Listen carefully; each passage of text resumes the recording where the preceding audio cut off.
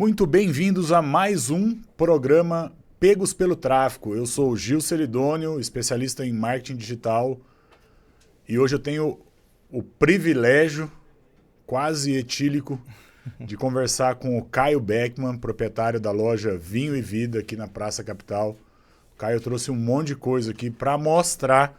Ninguém vai beber nada aqui, fiquem calmos. Mas para falar um pouquinho sobre vinho, contar um pouquinho da história dele. Caio, campineiro, Caio? Na verdade, nascido em Bauru. Bauru. No interior de São Paulo. Quase perto de Jaú, que é a terra do sapato. Exatamente. Bauru é a terra do quê lá? É terra do lanche, né? Do sanduíche Lanche Bauru. do Bauru. Ficou famoso pelo sanduíche, na verdade. Legal. Caio, conta um pouquinho da sua história, de assim, como é que você veio parar aqui na Praça Capital, em Campinas? Da onde saiu esse negócio de vinho? Vamos atualizar o pessoal. Para quem não sabe, a gente tem gravado constantemente com pessoas aqui do condomínio Praça Capital. É um condomínio com 250 empresas, mais ou menos, na beira da rodovia em Campinas, com aluguel legal, com estacionamento, segurança. Aqui dentro tem veterinária, academia, banco, despachante, contador, médico. Então é um baita de um espaço de networking. O Caio montou uma loja na praça de alimentação, que é quase um shopping, né? Exato. Especializada em vinho, um empório, né? Conta um pouquinho da sua história até chegar na Vinho e Vida. Legal. Bom, primeiro, obrigado pelo convite. Prazer, Gil, estar conversando aí, falar um pouquinho sobre vinho. Hoje é uma paixão para mim. Mas nunca imaginei trabalhar com vinhos, né? Eu sou formado em psicologia, né? Vim para Campinas para estudar, né? Na PUC, e atuei 16 anos na área de recursos humanos. Trabalhei em empresas multinacionais, empresas nacionais. Aprendi muito no mundo corporativo, mas eu sempre tive aquele sonho, né, de empreender. E aí comecei a pensar muito, né, em qual negócio eu deveria empreender. Eu já consumia vinho socialmente, né? Não conhecia muito sobre vinhos, mas há uns 4, 5 anos atrás comecei a me interessar mais, comecei a estudar mais sobre vinhos e aí realmente virou uma paixão na minha vida. Chegou a pandemia, e na época da pandemia, final de 2020, eu saí da empresa onde eu estava e pensei, agora é a hora de eu empreender, né?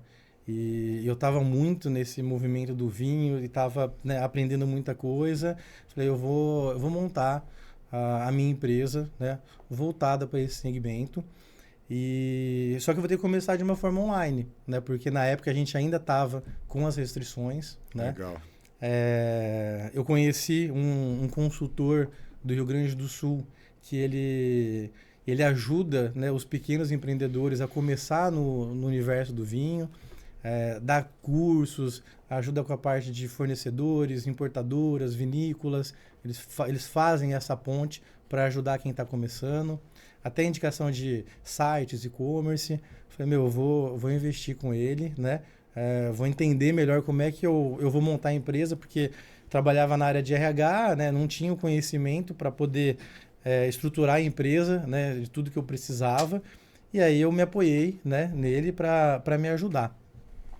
E aí eu comecei, né, montei um sitezinho bem baratinho, peguei alguns rótulos, acho que na época eu estava trabalhando com aproximadamente 20 rótulos, aí iniciei a divulgação, né, fui falando com os meus amigos mais próximos, montei uma página no Instagram, comecei a gravar alguns vídeos, fui fazendo mais cursos, e aí com o tempo, né, as coisas foram crescendo, né, as pessoas já começaram a me indicar, e aí passaram-se 2 anos, na verdade, que eu fiquei nesse modelo, né, exclusivamente online, digital, e no início desse ano, conversando com a minha namorada, a gente, né, falou, tá na hora de investir na loja física, né?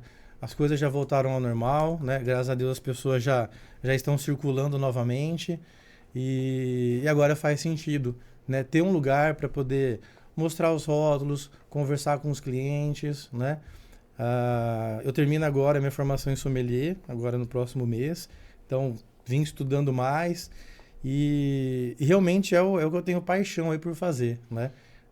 Quando chega um cliente e me pergunta, né, mas qual que é a diferença desse vinho para esse outro, né?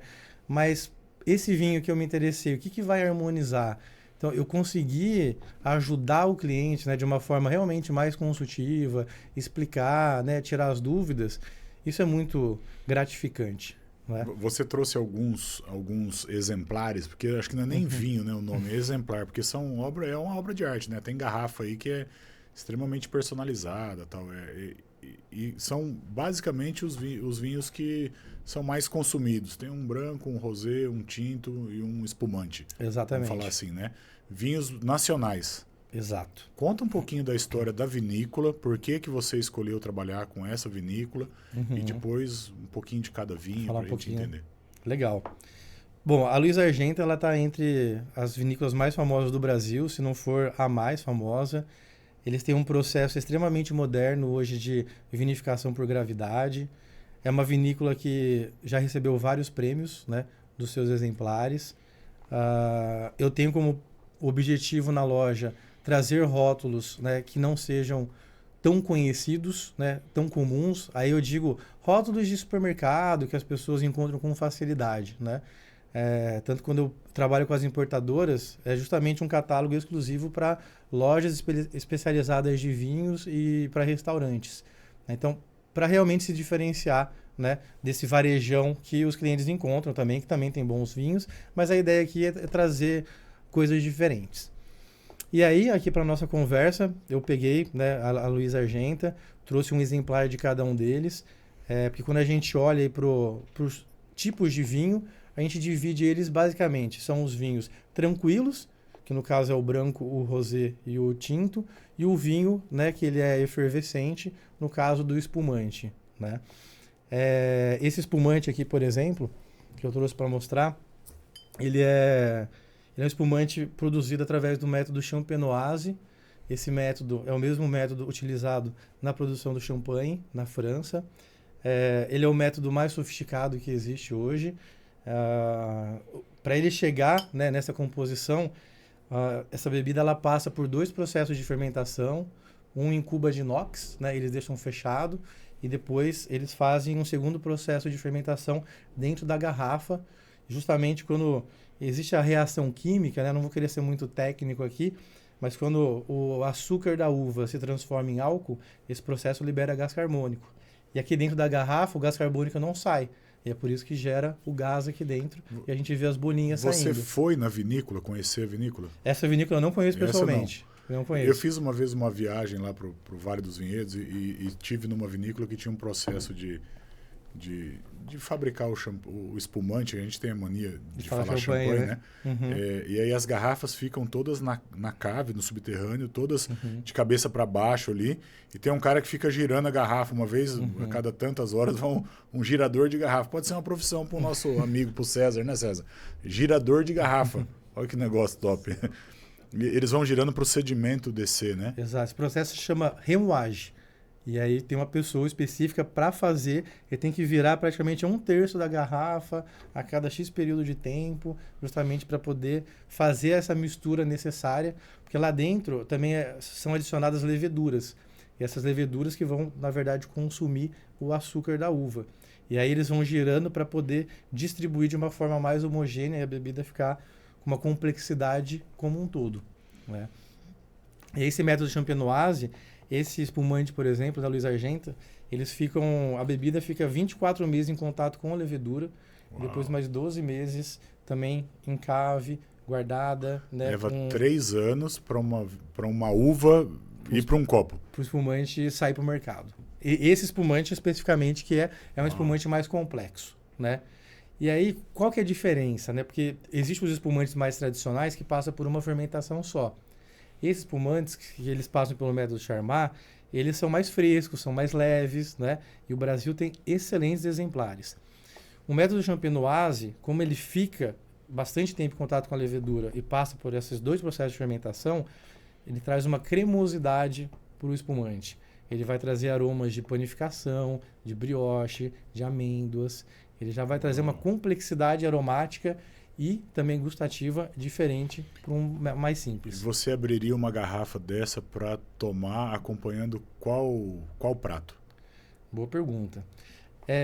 O espumante ele é uma bebida que tem uma acidez elevada, né? E isso é muito bom. As bebidas com alta acidez, eles são mais gastronômicos, então eles são mais fáceis de harmonizar. O espumante ele pode ir bem, então é uma bebida mais versátil. Ele pode ir bem desde uma salada mais leve, né? Uns canapés, uma coisinha, né, leve mesmo. Peixe vai muito bem, né? E até a feijoada, que é algo que nós sommeliers a gente tem uma certa dificuldade de harmonizar, porque você tem feijão, você tem um amargor, você tem o arroz, você tem linguiça, porco. São laranja. Muitos ingredientes. Exatamente, são muitos ingredientes.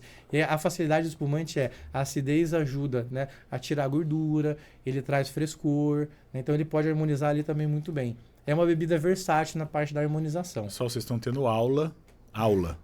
Dá um like aí, bota uma pergunta, depois a gente manda pro Caio. O Caio trouxe mais alguns exemplares aí. Eu tô encantado por essa garrafa grandona aí. Conta a história dela pra gente. Legal. Bom, essa aqui é um vinho branco feito pela uva Gewürztraminer. Essa uva, né, é um nome difícil de falar. Ela é uma uva alemã.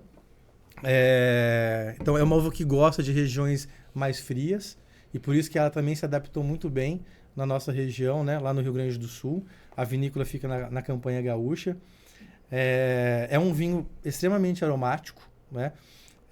É um vinho que traz aromas de lichia, ele traz floral, ele traz uma rosa branca, ele traz assim, uns aromas até que fogem um pouco do comum dos vinhos brancos, né? Ele tem uma acidez moderada para alta, né? E é um vinho sensacional. E aí ele vai compor mais ou menos como o espumante ou não? Ele vai para outras... Aqui eu já indicaria realmente, como ele é um vinho mais leve, né? Porque esse espumante ele é mais cremoso, mais untuoso. Esse aqui eu indico peixe branco. Peixe, né?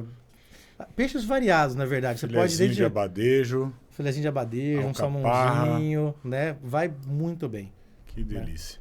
Peixe e vinho branco Tá dando água na boca aqui. Aí depois a gente vai ali e come um toast, um pão. Com pão, o que combina? Um pão? Olha, aí depende de como você vai comer o pão, né? É um patezinho, pão com patê, né? Aquele bate-papo, aquele pãozinho com patê, um patezinho mais marcado. Qual o vinho para... Legal. É uma comida leve, né? Então... A ideia aqui da harmonização por semelhança, a indicação são vinhos leves. Então, é vinho branco ou um vinho rosé. Um tinto com um pão, o vinho ele vai se sobrepor com relação ao pão. Então, quando a gente pensa na harmonização, a gente tem que sempre ter em mente, né, que a comida e o vinho eles não podem brigar entre eles. Eles têm que estar sempre no mesmo nível. Tanto quando a gente pensa em intensidade, né, e da parte aromática. Porque se você está com uma comida muito condimentada, com muito tempero, e você pega um vinho leve, quando você vai harmonizar os dois, a comida vai sobrepor ao vinho, né? O vinho vai se apagar. E o contrário também. Se você estiver comendo uma salada, né, um peixinho, colocar um vinho tinto, né, que passa por madeira, um vinho muito estruturado, complexo, o vinho vai sobrepor a comida. Então, eles têm que andar em equilíbrio, né? E a harmonização que a gente fala é quando a gente consegue chegar no terceiro sabor. É quando você tem os dois se combinando virando uma outra coisa, né? Esse é o ápice da harmonização. Chocolate. O que harmoniza com chocolate? A produção tá aflita. Pensa na produção aflita. Tem um viciado em chocolate aqui, ele quer saber como é que ele faz para comer o chocolate dele e tomar um vinho. Qual vinho que vai combinar com chocolate? Um chocolate 70%. Legal, né? Porque aí tem uma grande diferença, né? Eu vou comer um chocolate amargo, meio amargo, um chocolate ao leite, né? Quando a gente pensa no chocolate ao leite, também uma dica de harmonização, né? Eu falo dica porque o gosto é muito pessoal, né? Mas o que a gente já tem de referências, né, de provas, é que o vinho ele precisa ser mais doce do que a comida para harmonizar. Então você tem uma facilidade maior dessa harmonização. Você vai comer um chocolate ao leite, você precisa tomar um vinho doce. E aí uma dica é um vinho do Porto. Licoroso, bem doce, né? Vai harmonizar super bem. Minha filha mora fora, eu tenho uma garrafa dessa guardada, César, que tem 5 anos que ela tá deitada lá. Fora o tempo que levou para ela chegar ali. Preciso ir te visitar. Eu não tenho coragem de abrir a garrafa. Dá até dó, né? Vamos lá. A gente já falou sobre o tinto, não? Não, a gente falou do espumante e do branco. E o tinto? Essa garrafa aqui parece uma caravela, né? É muito legal, né? Só um parênteses aqui, falando um pouco das garrafas, né? A filha do dono da vinícola, ela é designer, e ela mesma quem desenvolve o design muito diferentes, né? das garrafas, né? Então você vê que, né, ela é toda recortada, ela pode ficar em pé também, né? Como pode ficar deitada. Esse aqui é um Shiraz, né? Essa é uma uva francesa. Esse vinho aqui, ele passa por um processo onde ele amadurece em ovos de concreto, que é algo diferenciado da barrica de carvalho. Porque a barrica, ela traz estrutura, ela traz tanino, ela traz complexidade aromática e puxa para uma outra categoria de aromas. Então, a barrica, ela pode trazer, né, o próprio defumado, a própria madeira em si você pode sentir. Você pode sentir um chocolate, você pode sentir uma baunilha, né? Então, são combinações que a madeira passa para o vinho e traz esses aromas. No caso das ovas de concreto, eles não influenciam nos aromas do vinho. Eles potencializam o aroma proveniente da própria uva. E a uva, geralmente, né, o que ela mais traz para nós são as frutas, né? Aí no caso dos vinhos tintos, pode ser frutas vermelhas ou frutas negras. Então a ideia, né, de deixar esse vinho amadurecendo e evoluindo nas ovas de concreto é justamente para potencializar os aromas de fruta dessa uva. São coisas completamente diferentes do que a gente imagina de uma vinícola, né? Eu sou do interior aqui e aqui tem gente que planta uva de mesa, e daí faz vinho de uva de mesa. Descendentes de italiano que ficaram por aqui faz aquele vinho de mesa de consumo deles. Aí o turismo acabou transformando o vinho em vinícola, a vinícola no cara que vai lá, mas é um outro tipo de vinho, de produção, de engarrafamento. Não tem... A garrafa é quase uma obra de arte, né? Um negócio completamente diferente. Não é comum ver esse tipo de garrafa, nem lá nas vinícolas do Sul, né? Não é. A Luiz Argenta, realmente, eles se destacam, né, com relação a isso. É um baita de um presente, não é? É um presente. As pessoas chegam à loja, né, e falam, nossa, mas eu vou ter que guardar essa garrafa, né? Porque não tem como consumir um vinho como esse e depois jogar a garrafa fora. Aí eu brinco, põe uma água saborizada, né? Eu tive essa sensação com essa última que a gente vai falar do vinho rosé, porque a rolha dela é uma rolha de vidro. Exatamente. É uma garrafa para guardar mesmo, para usar no dia a dia, né? É isso mesmo, né? Vou pegar ela para mostrar também. Bom, eu sou apaixonado por essa garrafa. Esse é um rosé feito da uva Merlot, tá? Que é uma uva que tem grande destaque lá na região, né, do Rio Grande do Sul. É um vinho que vai trazer aromas de frutas vermelhas, é uma framboesa, uma cereja, morango. Tem acidez extremamente equilibrada. É um vinho sensacional. Esse é um vinho para tomar gelado ou para tomar natural? Boa pergunta.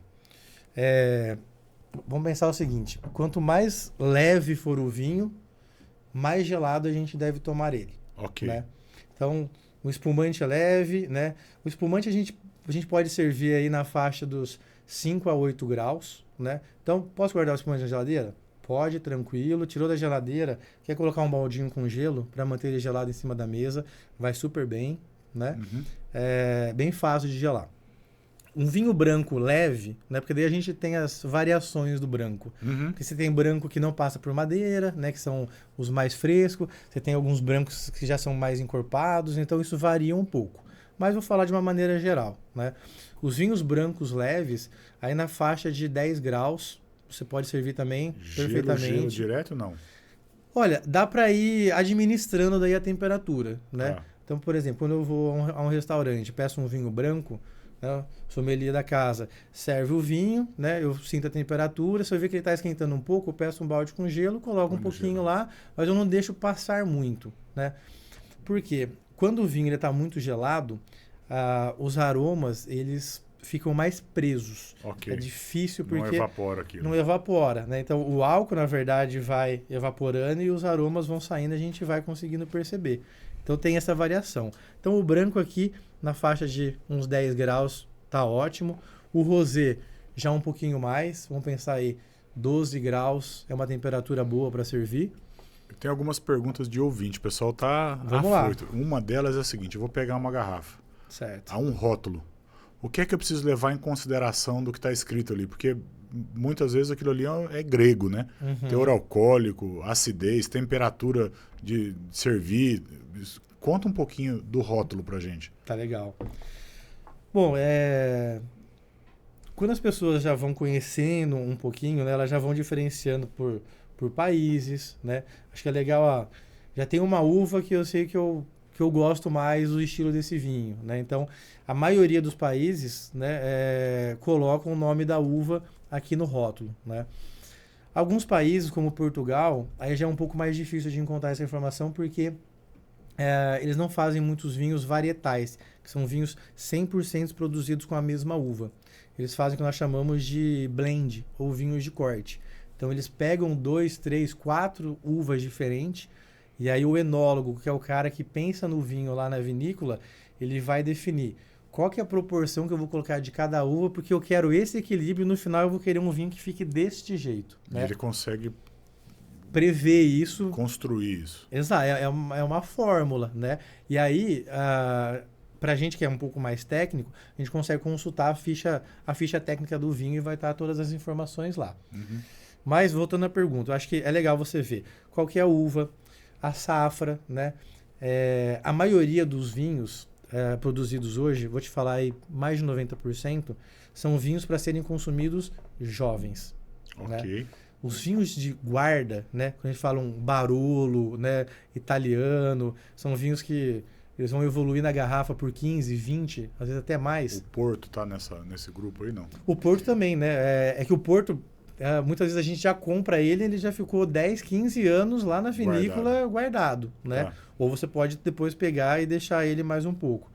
Mas é que a evolução principal dele é lá porque ele tá na barrica, né?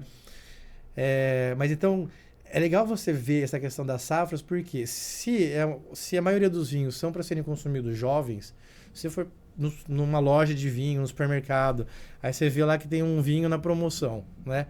E aí a gente está em 2023, o vinho é de 2015, falar, né? Já tem seus 8 anos. Será que esse vinho, ele tem o potencial de guarda para 8 anos, ou será que esse vinho já não está entrando em decadência, né?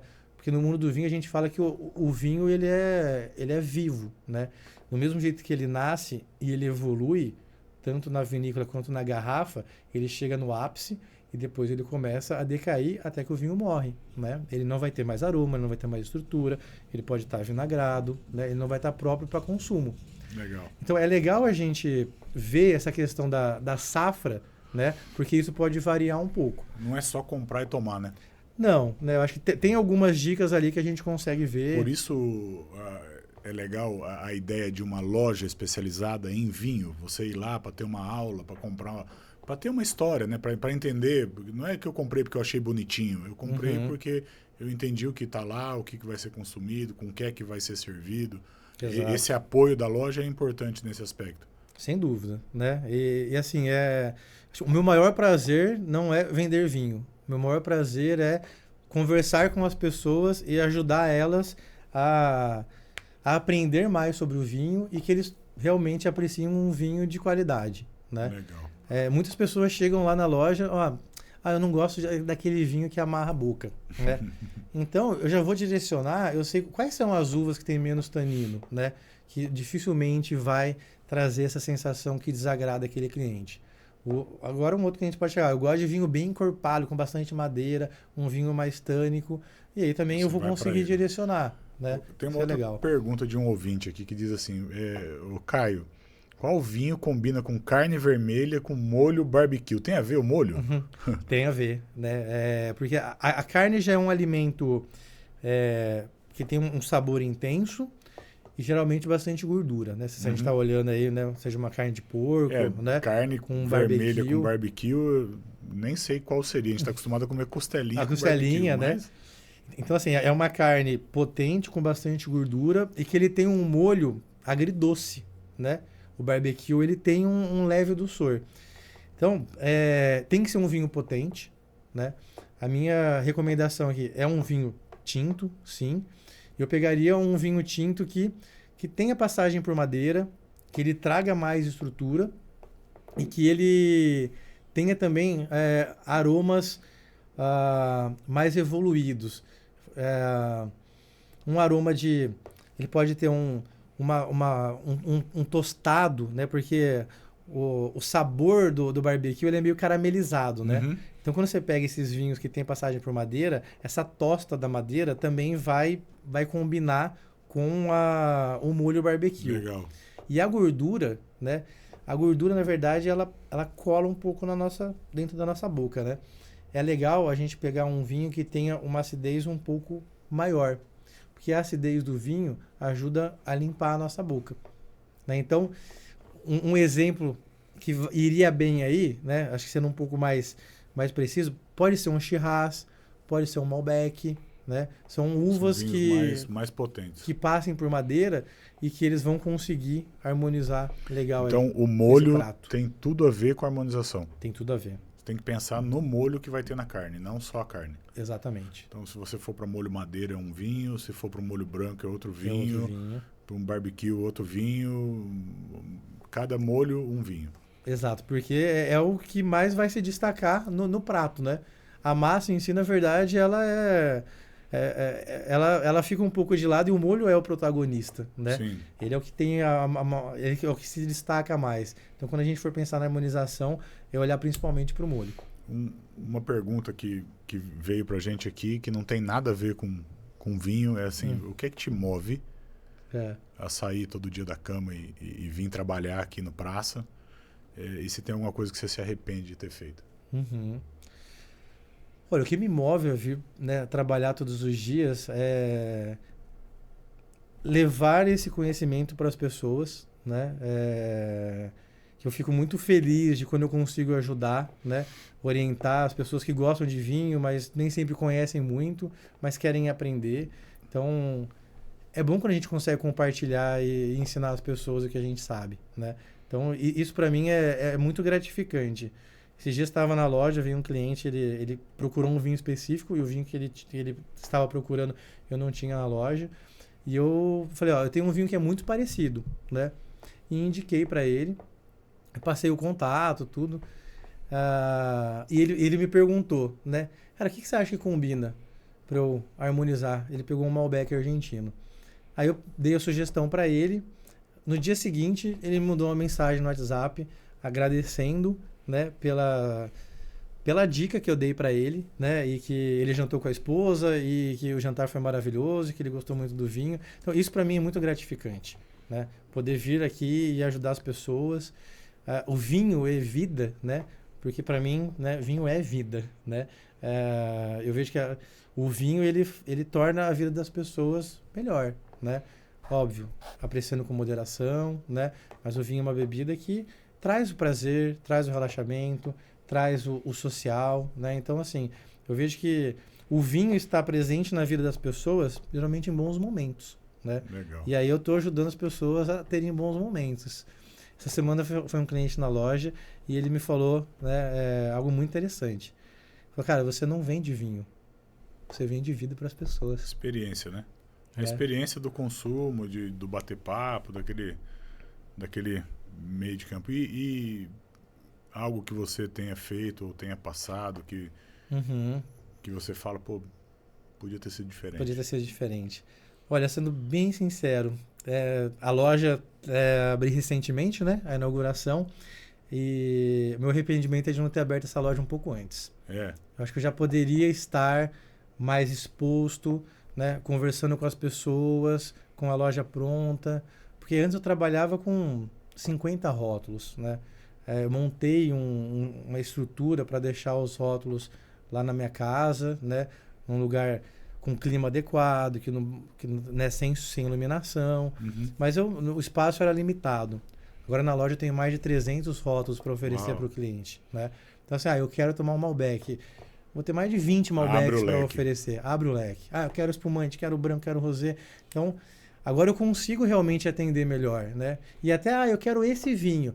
Eu posso não ter na loja agora pronta entrega. Mas como eu trabalho com várias importadoras, várias vinícolas, cara, eu consigo vinho e te entrega daqui uma semana, pode ser? É real que a crise na Argentina faz a gente tomar um vinho deles com preço mais acessível? Isso está chegando num preço diferente aqui? Esse assunto é polêmico. É polêmico. E eu tenho conversado bastante com os clientes sobre isso na loja, né? Uhum. Estão vindo muitos vinhos contrabandeados, né, da Argentina para o Brasil. Né? Então, contrabando? Contrabando, né? Tem vinhos originais e tem vinhos falsificados. Né? A gente tem que abrir em 2 leques, né? Porque assim, a Argentina está produzindo vinho, como sempre fizeram, excelentes vinhos lá. Só que tem uma questão tributária que pega lá e pega aqui, né? Lá na Argentina e aqui no Brasil. Bom, fronteira, né? A gente tem, acho que, uma certa vulnerabilidade e as coisas conseguem atravessar. Né? Então tá chegando muitos vinhos aqui, que é a metade do preço. E as pessoas estão entrando muito nessa onda. Só que tem pessoas que estão comprando esses vinhos e esses vinhos são falsificados. Okay. Eles pegam uma garrafa daquela vinícola super famosa lá da Argentina e colocam um vinho simples lá. E as pessoas acham que estão tomando aquele Malbec que custa R$290 e está pagando R$100 na garrafa, às vezes até 80. Certo. Então, assim, não tem segredo, né? O vinho, né, um específico que custa R$290, mas por quê? Aí você vai pegar aquele produtor, ele estudou o lugar, ele preparou o solo, ele montou toda uma estrutura, aquele vinho fica lá então armazenado 12, 24 meses, né? Isso é um custo para a vinícola. Sim. Essas vinícolas mais de boutique, com os vinhos já reconhecidos, eles trabalham com a colheita manual, né? Então, assim, as pessoas vão lá pegar os cachinhos da uva, separar a uva dos cachos manualmente. Não é passar uma máquina e fazer um negócio, linha de produção.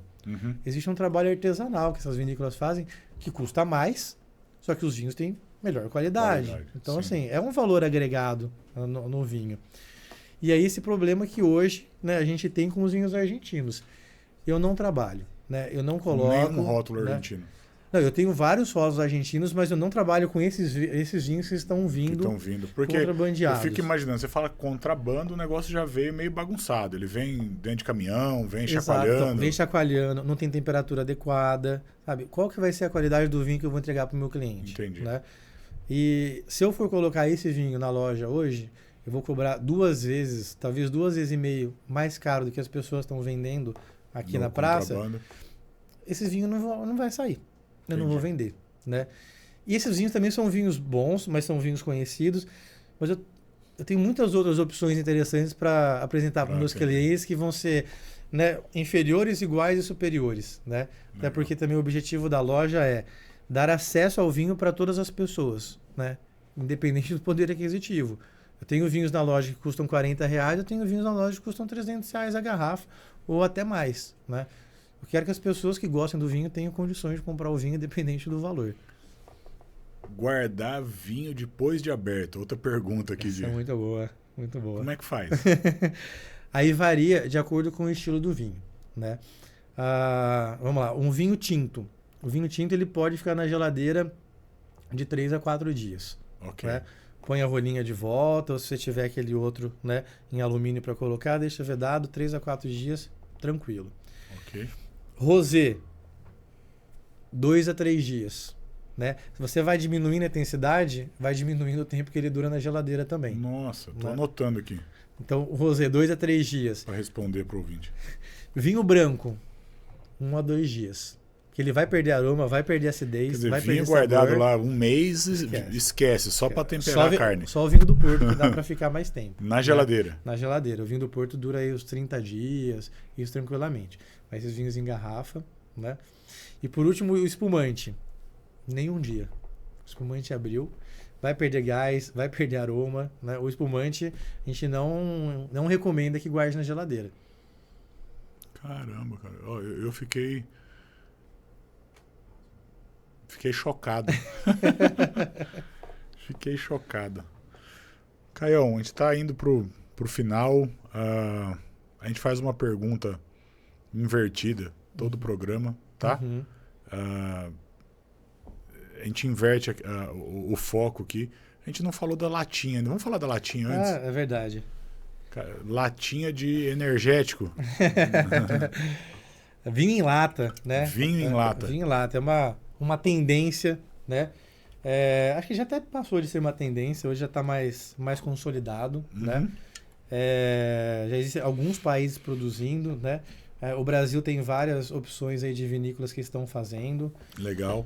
Qual que é o objetivo do vinho em lata, né? Que a gente olha para as vantagens dele.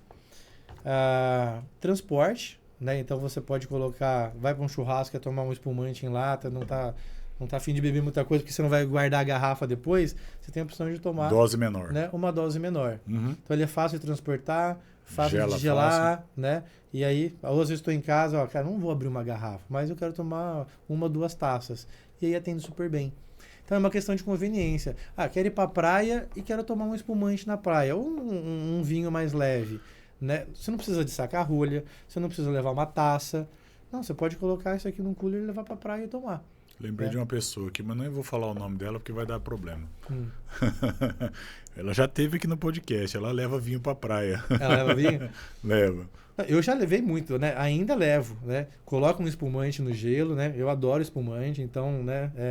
Tenho o hábito de levar. Mas aí, de novo, essa questão. É saca-rolha, é taça, né? Então, não é só a bebida. Aí a ideia é consumir na lata. A ideia é consumir na lata, né? Legal. Pode colocar em taça? Com certeza, né? Às vezes você está em casa também, você vai tomar, mas a ideia é ser realmente mais fácil o consumo. E aí existem várias opções, né? Então, esse aqui, por exemplo, ele é um espumante branco. Ele é efervescente, né? É como um espumante. Esse aqui é um espumante rosé. E aí eu trouxe também um vinho tinto, né? Como lata. Esse aqui, um vinho tinto na lata. Eles têm também a opção de vinho rosé e de vinho branco. Né? E tem uma terceira opção aqui dos espumantes, que ele é um moscatel, que ele é docinho. Então, hoje já existe uma grande variedade de vinhos em lata no mercado, né? E aí, para atender os diversos gostos aí do pessoal. Caio, é uma dúvida. Se a pessoa não estiver aqui na Praça Capital, como que ela te encontra? Onde você está? Você estava online antes, então você deve ter essa estrutura online montadinha. Como é que funciona aí? Exato. Bom, a página no Instagram, né? É @vinho.evida, né? Lá tem contatos, lá também eu gosto de fazer publicações falando sobre o mundo do vinho, né? Legal. Dou dicas de harmonização, explico sobre as uvas, né? Falo sobre os países produtores de vinhos. Às vezes pego um rótulo específico que eu tenho e eu explico bem aquele rótulo, desde vinícola, aromas, né? Legal. Faço um overview do vinho. Então a página no Instagram e o site, né? O e-commerce, que é www.vinhoevida.com. Vinhoevida.com. Lá consegue ver também o portfólio. Manda para o Brasil, né? inteiro. Brasil inteiro, né? Já entra, despacha. compra, despacha. Tem clube de assinatura já certinho. não? Ainda não. Ainda né? não. É algo que... Tá na mira. Tá na mira, com certeza. Né? Então... Acho que o foco estava na loja, agora com a loja estruturada, um estoque maior, a ideia é fazer um clube de assinatura, sim. Uma pergunta sua para um especialista de marketing digital. Qual é a tua dúvida? O que você gostaria de saber que você ainda não sabe? Como a gente poderia te ajudar aí? Nossa, acho que tem várias perguntas, né, nesse meio.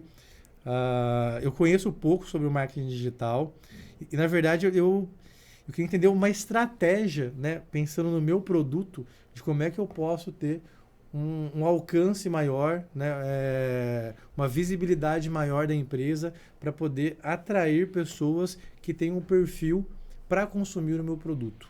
Né? Como é que o marketing digital consegue, né, expor minha marca, expor os produtos e atrair essas pessoas, ou que eu identifique essas pessoas para que eu consiga fazer uma abordagem, né, para as pessoas que não me conhecem. Vamos lá. Identificar a pessoa para abordar é um caminho possível de fazer um público-alvo de quem entrou na wine, de quem entrou em sites específicos de vinho, ok? Legal. Então você vai pegar todo mundo que entra nesse site e vai dizer para o sistema, olha, mostra o meu anúncio para essa galera. Só que você vai entrar numa briga de foice com um cara que está estruturado, gigante, que tem clube, né? que é gigante e tudo mais. Uhum. O que é que atrai pessoas para dentro de um perfil de rede social hoje é o vídeo em pé. É isso que traz gente para dentro da rede social. O que traz autoridade é o vídeo deitado dentro do YouTube. É o que a gente está fazendo aqui agora. Certo. Tá? Então, isso aqui traz autoridade para você como um especialista em vinho que vai ser consultado por pessoas. Legal. Quando a gente corta trechos disso e vai para o Reels ou para o TikTok e tal, ele vai trazer audiência. Então, para buscar audiência, eu vou buscar com vídeo em pé. Para buscar autoridade, vídeo deitado. No YouTube e tal. Basicamente é isso. Então, eu quero fazer algo para chamar a atenção de quem está aqui em volta, para eles reconhecerem que tem uma loja de vinho aqui, videozinho em pé, a pessoa entrando na loja, comprando vinho ou estourando uma garrafa de champanhe, colocando... Né, eu, pensando rapidamente, começaria com a imagem bem fechada assim no celular, a garrafa, pá, aquela espuminha saindo, sai da garrafa um pouquinho, enchendo a taça, abre mais o campo e bota você falando do vinho, mostrando aí já dentro da loja. Tá aqui na Praça Capital, mora no Avalon, tá em Campinas, você precisa vir conhecer a nossa loja e tal, tem um cupom de desconto para você e rodar um tráfego pago em cima desse vídeo. Para quem está aqui em volta e tem potencial de consumir o teu produto. Bem então, legal. Essa é uma forma de ser reconhecido. Isso vai vender vinho? Provavelmente no decorrer do processo, sim. Mas vai fazer com que a sua loja seja conhecida. Por que fazer o espumante estourando? Você tem 3 segundos para pegar o cara. Se você não pegar ele em 3 segundos, você começar... Eu gostaria de contar para você... Esquece, ninguém vai assistir, foi embora. Já foi, né? Foi embora. Então tem que ser um negócio que conecta. Esse é o ponto. A gente fez ontem um trabalho aqui no Praça para a clínica veterinária. Então a gente pegou uma câmera, colocou num estabilizador, amarrou uma coleira na câmera e trouxe a câmera para passear como se fosse um cachorro saindo do condomínio para entrar aqui na clínica veterinária. Então, quem mora aqui, conhece o Praça, conhece o condomínio, sabe que é alguém saindo do condomínio para entrar aqui com um cachorro numa clínica veterinária falando de um produto da clínica. Então, usar a criatividade para conectar o cara para o cara querer ir até o final do vídeo. Que legal, que legal. Massa? Muito bom. Caio, obrigado por estar aqui. Tem mais um monte de pergunta aqui, a gente vai mandar para você depois, aí você vai respondendo e a gente vai mandando pro pessoal, tá bom? Gil, só para finalizar, queria dar um presente, né? Agradecer. Trouxe aqui um vinho chileno, esse é um Cabernet Sauvignon. Garap. É um projeto da TDP Wines, esse é um vinho reserva, ele tem 6 meses de passagem por madeira, e aí é um presente, um agradecimento aí pelo espaço. Obrigadão. Massa demais. Eu gostaria que você depois comentasse aí com a audiência lá, né? O que achou do vinho. Tá? Olha, aqui tá até escrito de 18 a 16 graus. Harmoniza com momentos de tranquilidade e prazer. Chile, Cabernet Sauvignon. Minha esposa vai gostar, viu? Bastante. Obrigado. Imagina, eu que Muito agradeço, obrigado. Senhor.